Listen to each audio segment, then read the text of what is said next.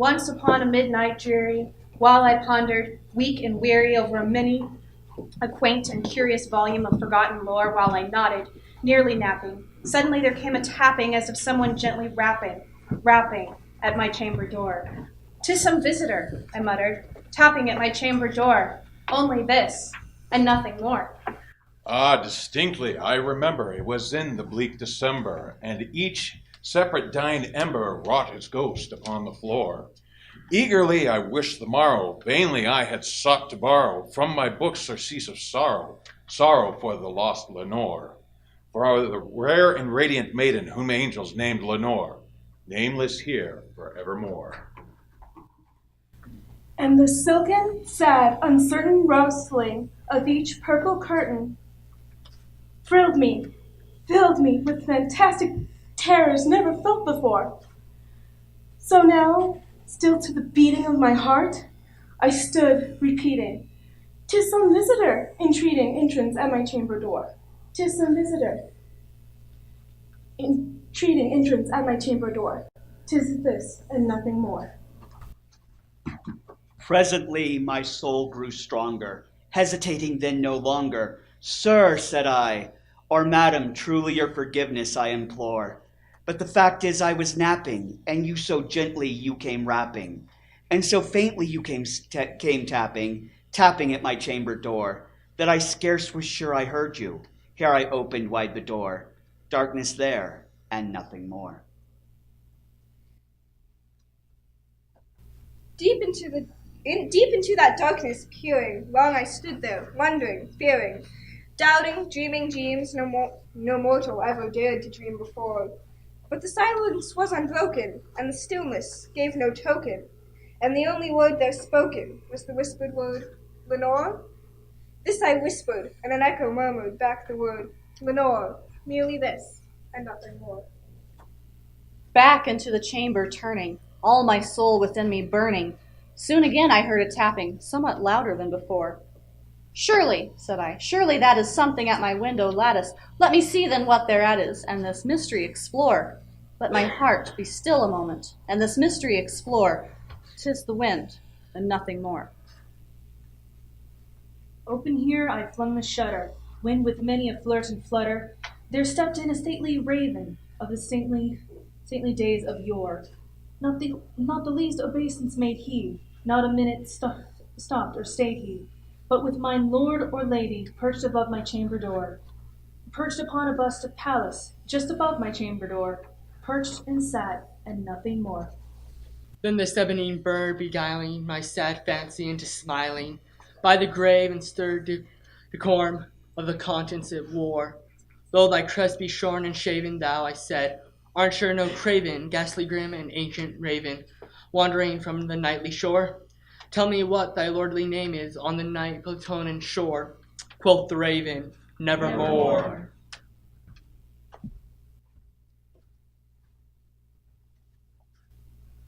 Much I marveled to some gainly fowl to hear discourse so plainly, though its answer little meaning, little relevance it bore.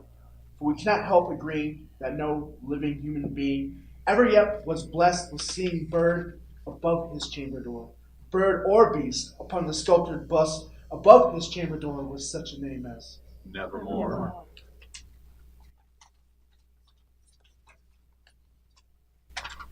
But the raven, sitting lonely on the placid bust, spoke only that one word, as if his soul in that one word he did outpour. Nothing further then he uttered, not a feather then he fluttered, till I scarcely more than muttered, "Other friends have flown before. On the morrow he will leave me, as my hopes have flown before." Then the bird said, "Nevermore." Startled at the stillness broken by reply so aptly spoken, "Doubtless," said I, "what it utters is its only stock and store, caught from some unhappy master, whom unmerciful disaster followed fast and followed faster, till his songs one burden bore. till the dirges of his hope that melancholy burden bore of never, nevermore. But the raven, still beguiling all my fancy into smiling, straight I wheeled a cushioned seat in front of bird and bust and door. Then upon the velvet sinking, I betook myself to linking fancy unto fancy, thinking what this ominous bird of yore, what this grim, ungainly, ghastly, gaunt, and ominous bird of yore meant in croaking, nevermore. This I sat, engaged in guessing, but no syllable expressing, to the fowl whose fiery eyes now burn in my bosom's core.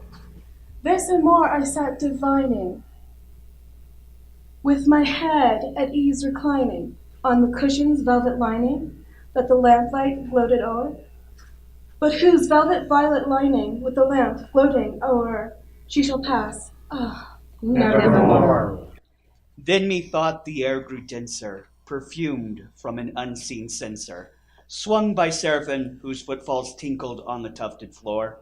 Wretch, I cried, thy God hath lent thee, by these angels he hath sent thee, respite, respite and nepenthe from thy memories of Lenore. Quaff, oh quaff this kind nepenthe, and forget this lost Lenore. Quoth the raven, nevermore.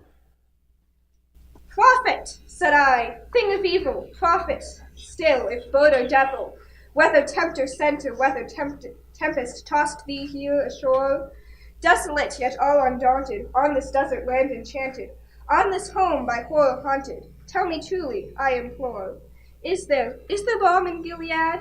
Tell me, I implore. Quoth the raven, Nevermore. Prophet, said I, thing of evil, prophet still if bird or devil, by that heaven that bends above us, by that God we both adore, tell this soul with sorrow laden, if within the distant Aidenn it shall clasp a sainted maiden whom the angels name Lenore, clasp a rare and radiant maiden whom the angels name Lenore. Quoth the raven, Nevermore. Be that word our sign in parting, bird or fiend! I shrieked, upstarting. Get thee back into the tempest and the night's Plutonian shore. Leave no black plume as a token of that lie that soul hath spoken. Leave my loneliness unbroken. Quit the bust above my door. Take thy beat from out my heart, and take thy form from off my door, quoth the raven. Nevermore. And the raven, never flitting, still is sitting, on the pallid bust of Pallas, just above my chamber door. And his eyes have all the seeming of a demon's that is dreaming, and the lamplight o'er him streaming throws his shadow on the floor. And my soul from out that shadow that lies floating on the floor shall be lifted Nevermore.